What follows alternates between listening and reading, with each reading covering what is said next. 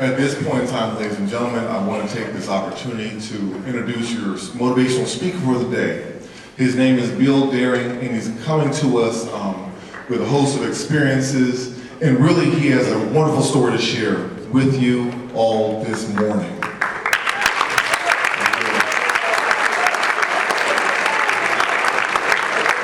I want you to listen carefully, quietly, and really go ahead and enjoy his story. Ladies and gentlemen, Bill Daring.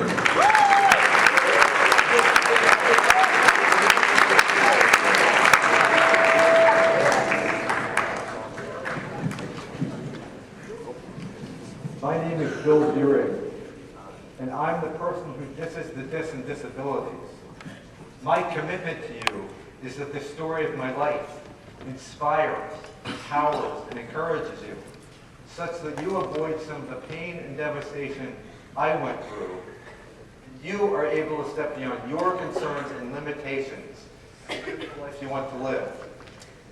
This morning I'll be speaking about stuttering and the pain, devastation, frustration, and suffering I went through, and the impact that had on my life, including weight gain and poor grades, and being at the lowest point in my life.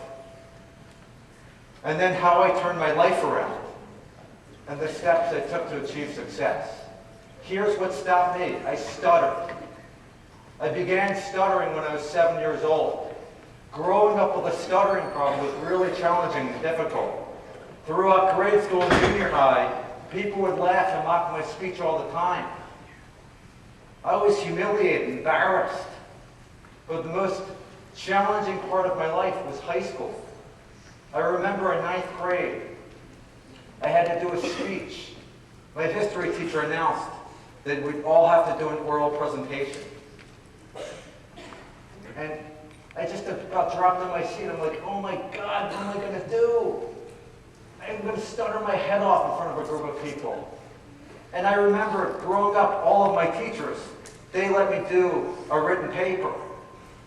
And so I had this thought. I said, listen, I'm going to go up and I'm going to talk to my teacher to find out if I can do a written paper. So I go up and I approach my teacher and I said, is there any way I could do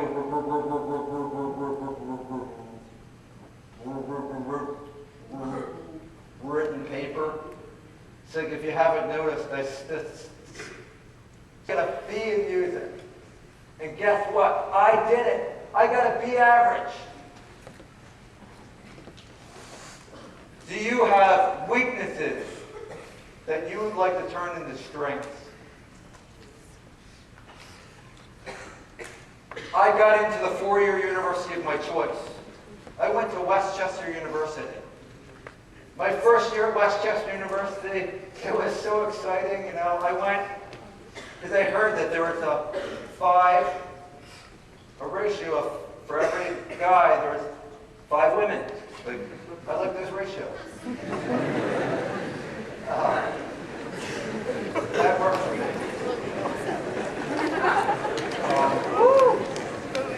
However, it quickly didn't work out for me because I remember going to a party a couple weeks in. I was excited about being there. And then I introduced myself and I stuttered. And this woman laughed at me. So then I walked home and I was done. I wasn't going to talk anymore. The only people I talked to were the people I live with. If they went to go eat, I ate. If they didn't go to the cafeteria to eat, I didn't eat. I would go to Burger King, but I'd never get what I wanted because I didn't want to go through the pain and humiliation of stuttering really badly. So I took whatever I could take, whatever I could get without stuttering. I struggled socially. I struggled with my grades. I was a math major. My first year, 5 classes. I dropped out of 1. I got a C, a D, and 2 Fs. Not good. A .7 grade point average. After 1 year, I got a letter in the mail telling me I had a year to bring up my grades, or they kicked me out of school. So I did everything I did before. I persisted. Persistence pays off. I came back within another year, I had my grades over the average. And I'm like, I'm done with math. I gotta go find something that's easier. So I went for speech therapy, thinking that would be easier. Have you ever done something that you thought would be easy and it turned out to be really hard? Well, that's what this was. I thought it'd be easy because I thought it's all about me. It's all about stuttering. It was the hardest, the classes were the hardest I ever took. My first year I zipped through.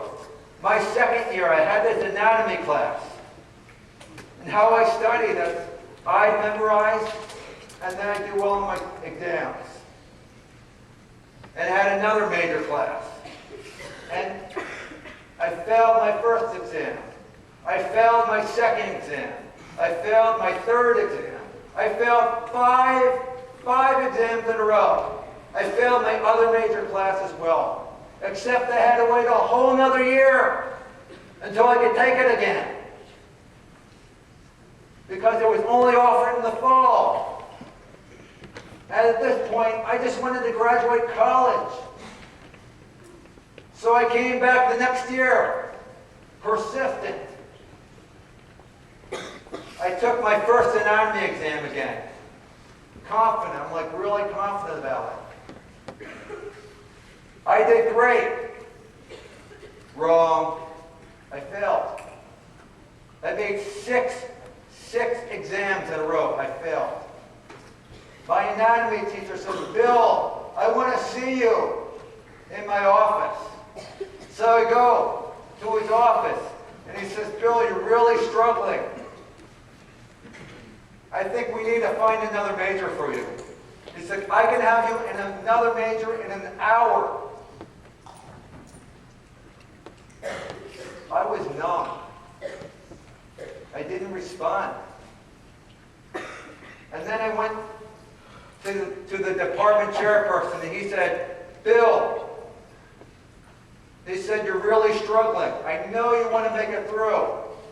But is it really worth all the struggle? Is it really worth it? It's like, this is undergraduate work, Bill. Graduate work is much more challenging. What are you going to do with your life? Again, I didn't say anything. I was devastated. I didn't know what I was going to do. So what I did is I went home and I cried. I cried in my room.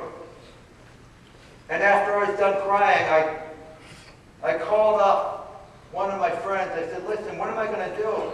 I'm desperate. I'm going to fail out of college. And he said to me, he said, Bill, go buy a tape recorder and tape your classes. So that's what I did. I taped my classes. I was done taking notes. I had to learn a whole new way to study. I listened to the tapes over and over again and looked at the pictures. That's how I studied. I was spending between my two classes 4 to 6 hours a day studying. It paid off. I got a 71 on my next exam.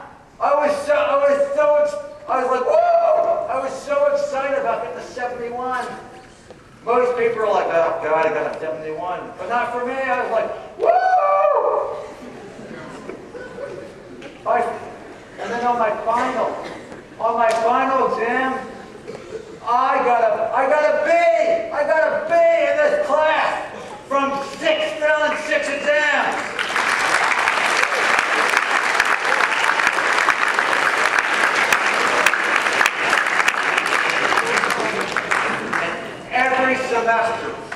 Every semester,